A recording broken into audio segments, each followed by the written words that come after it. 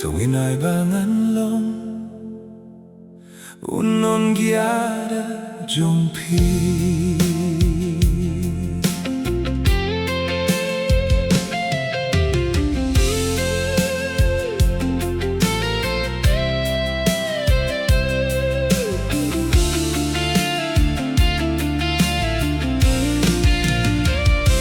Hato pinsya ladangan ko tiap hiban siya. Hato pinpe klem dapai dien shu. Hato pinyam lada pio hibang ayam. Hato pinpinim ya kamin sim jong aminta. Hato pin kies ngaw baya tuyanga. Hato pinay watyala ka jingim nakabinta uba piit. Gdupi ang hakik sangti jumpi minta. Ngalaban long unong giada jumpi ko bayi. Ngalaban pindu no ya kajingpang.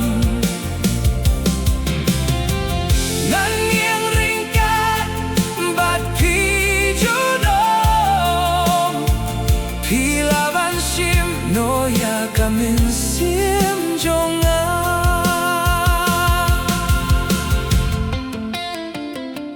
Hato pin smai ba pin long jonga juno. Lane pin shuko hato pin pe batrieno.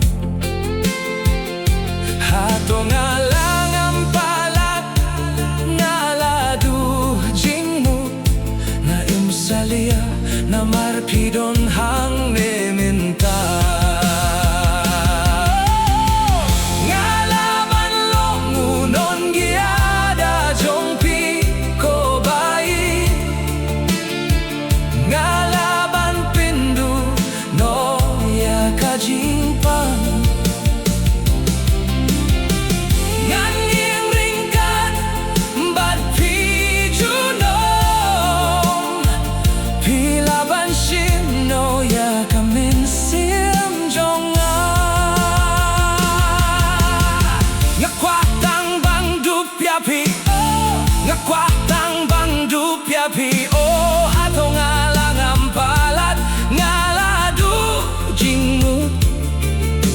Hinring am salia pidon hang neminta.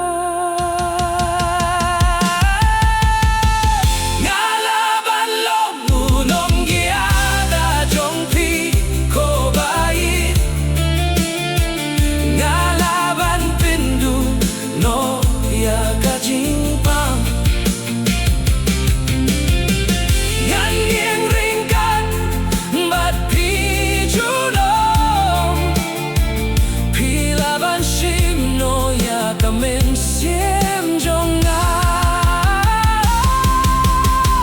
Ngalaban long unong giada jongpi ko bayi.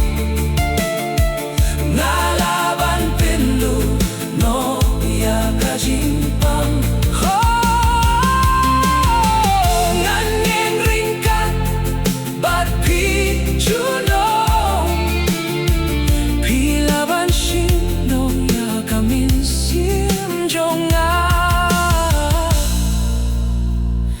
Ngalaban long unong giada jongpi.